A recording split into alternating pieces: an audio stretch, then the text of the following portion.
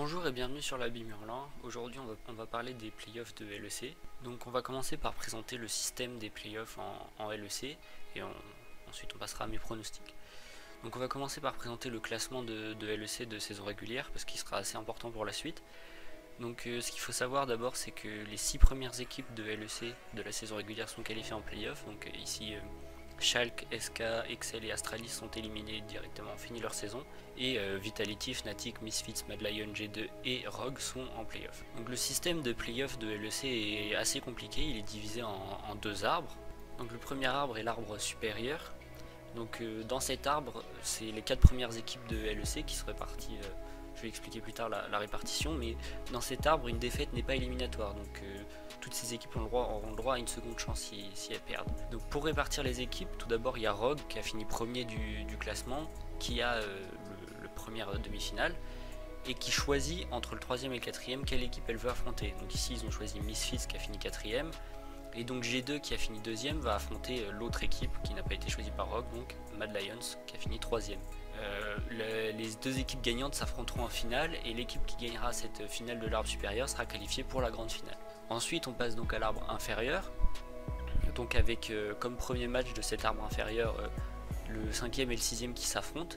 Et cet arbre inférieur fonctionne en quelque sorte comme l'arbre de la LFL, c'est-à-dire qu'il faut remonter tout l'arbre, chaque match est éliminatoire et il faut le remonter pour aller jusqu'en finale. Donc ensuite le gagnant donc, de Fnatic contre Vitality affrontera le perdant du match 1 ou du match 2.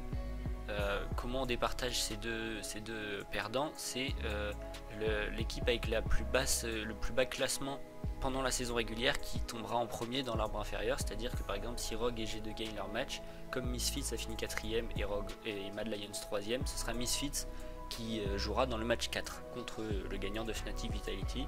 Et ensuite c'est comme en LFL, donc le gagnant passe et le perdant est éliminé. Il affronte donc lors du match 5 l'autre perdant de l'arbre supérieur et pour le match 7 le perdant de la finale de l'arbre supérieur. Le gagnant du match 7 ira affronter le gagnant de l'arbre supérieur en grande finale. Et le gagnant de la grande finale gagnera le Summer Split de LEC logiquement. Donc voilà pour le système, on va maintenant passer donc à mes pronostics.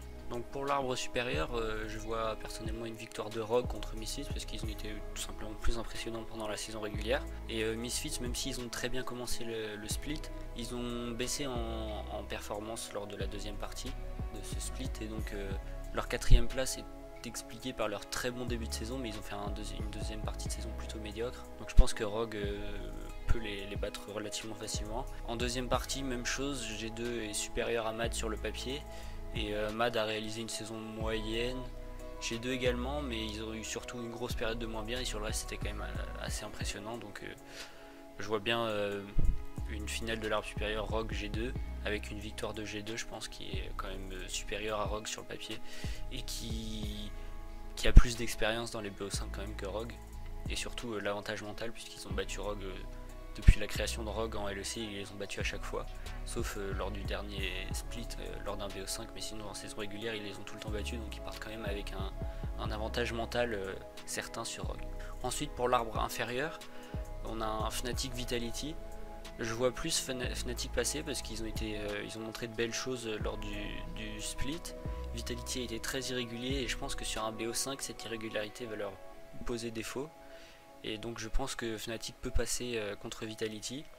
Pour les mêmes arguments que contre Rogue, je vois Misfits perdre contre Fnatic parce qu'ils sont en perte de puissance.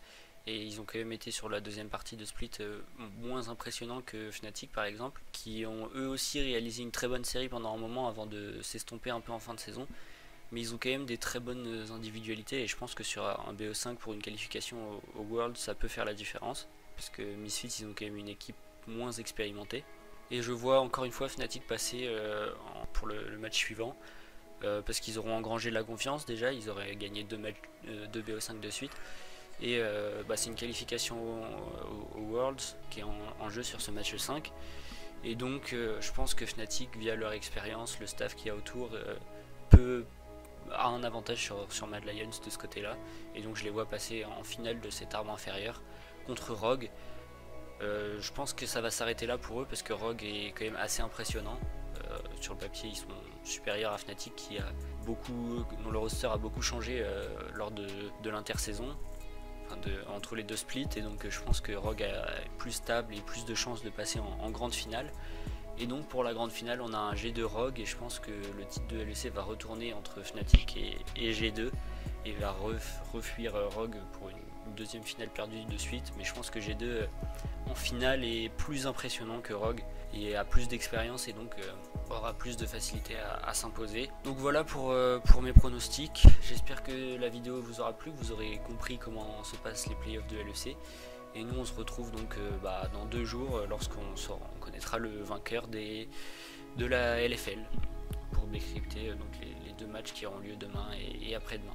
J'espère que la vidéo vous aura plu, n'hésitez pas à liker si c'est le cas, à vous abonner et pour ne pas rater les prochaines vidéos, et à commenter sur vos pronostics. Et on se retrouve donc bientôt. Salut!